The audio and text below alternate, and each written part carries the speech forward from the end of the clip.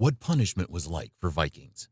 If you step into a world where fierce, brutal warriors and blood-soaked legends like the Vikings dwell, you would think they're above the law and can easily escape every crime they commit. But there's a saying that the wages of sin is death. Well, not death per se in the Vikings, but the punishment they get for a serious crime they commit could be worse than death itself. Over time, the Vikings have captured our imagination with their tales of conquest and exploration. But, of course, their colony isn't as free as we often think. In their realm, anyone who committed serious crime wasn't left unpunished. It was a world where conflict was resolved not with mere fines or imprisonment, but with displays of raw power and vengeance. However, the punishment was seen as a display of art, more like the way to showcase their strength while depicting honor. It was not merely a tool for correction, but also a means to restore balance and maintain peace in Viking society. So, from the infamous Blood Eagle to the dreaded ordeal of the hung meat, get ready as we explore the shadowy world of what punishment was like for Vikings. The Genesis. The Vikings, also known as Norsemen, were seafaring people that came from the Scandinavian region, present-day Norway, Sweden, and Denmark, during the late 8th to 11th centuries. Seeing through their history, you'll find out that it was marked by exploration, expansion, and raiding. The Viking Age began with their first recorded raid on the English monastery of Lindisfarne in 793 AD.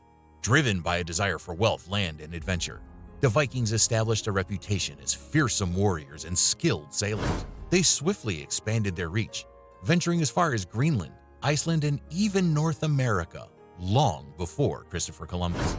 Aside from raiding, the Vikings also engaged in trade, establishing trade routes across Europe, connecting distant regions and influencing cultural exchange. They were skilled craftsmen known for their intricate metalwork, wood carving, and shipbuilding.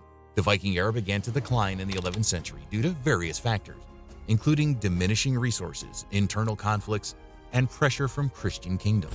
As the Scandinavian region converted to Christianity, the Viking Age came to an end, and the Norse society transitioned into a more settled and unified feudal system.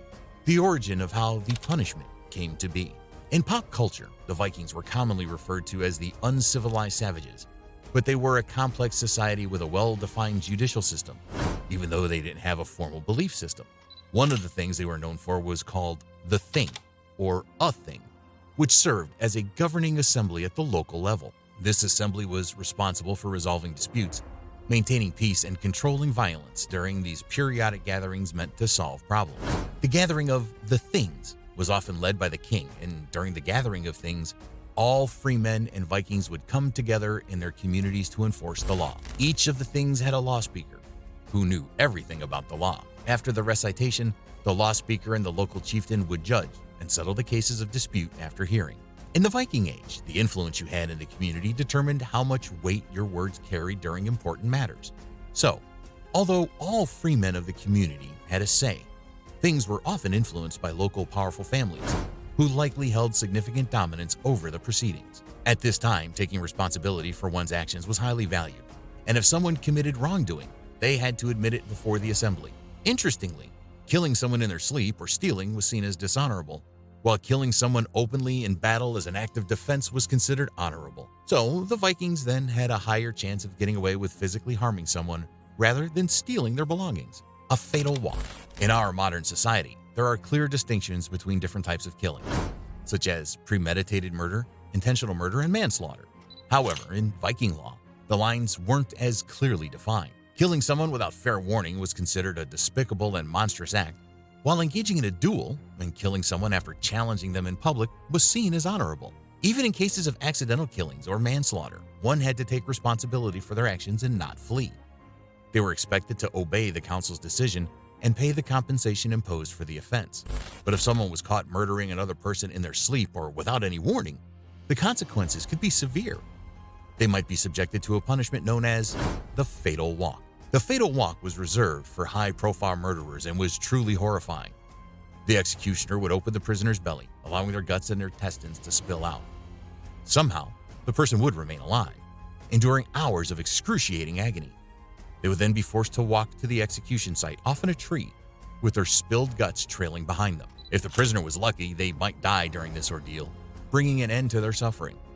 But for the unlucky ones, even more torment awaited. The process could take a painfully long time, drawing out their agony. So, at this stage, praying for death to come quickly was always the best thing to do. The veil hay.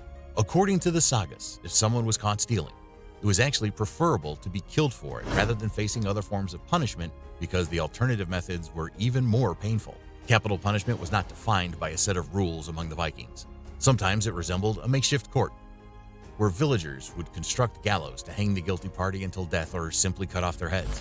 Though executions were extremely rare in Nordic law, hanging was more common than beheading, which was mostly reserved for slaves. These methods were not just considered a very quick way to end a culprit's life, but were also viewed as the most shameful ways to die.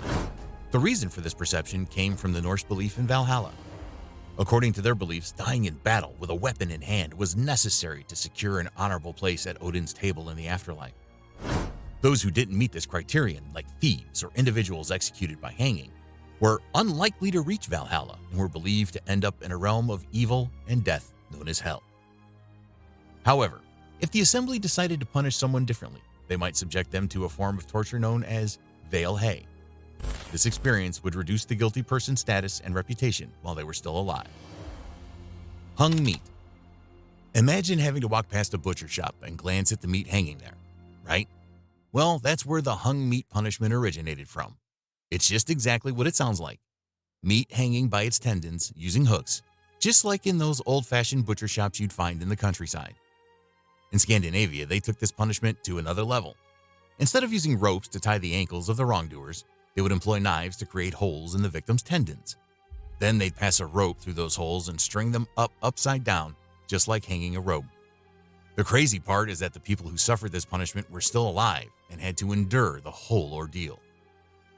Once the punishment was over, the guilty party would be cut down and declared an outlaw by the Thing. Their property would be seized and divided among the communities.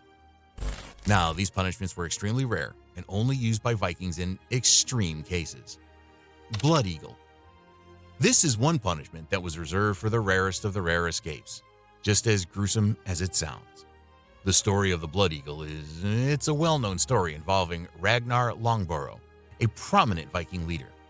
So after Ragnar was captured and king by King Al of northern England, his sons were out for revenge. They launched an invasion of Northumbria to avenge their father's death. Once Northumbria fell, Ragnar's son, Iafar, the Bonus, decided to inflict a terrible fate upon Aella, the king of Northumbria. Nowadays, there's a lot of debate among scholars about how the Vikings actually carried out this gruesome ritual torture. The process of the Blood Eagle is just so cruel that it's almost unimaginable. The victim's hands and legs were tightly bound to prevent them from escaping. Then, the person seeking revenge would take an axe and skillfully stab it into the victim's back, starting from the tailbone and moving upwards towards the ribcage. Then they would separate every single rib from the backbone. The level of brutality is beyond comprehension. The poor victim would have their internal organs exposed to the world, and they made sure the person stayed alive throughout the whole ordeal to ensure they had enough of the suffering. And as if that wasn't enough, they would use sticks or anything sharp to scrape wounds just to intensify the agony. The ribs would also be detached and spread out like huge fingers, giving the impression of wings on the victim's back. Now, you might wonder why they would do something so barbaric on Earth. Well, there were a couple of reasons. Firstly, they believed it was a sacrifice to Odin, the father of the Norse gods and the god of war. Secondly, and perhaps more believable, it was a way to honor fallen warriors. According to Viking sagas, this earl named Lanawer defeated a guy named Ella in battle and then tortured him with the Blood Eagle as a form of vengeance.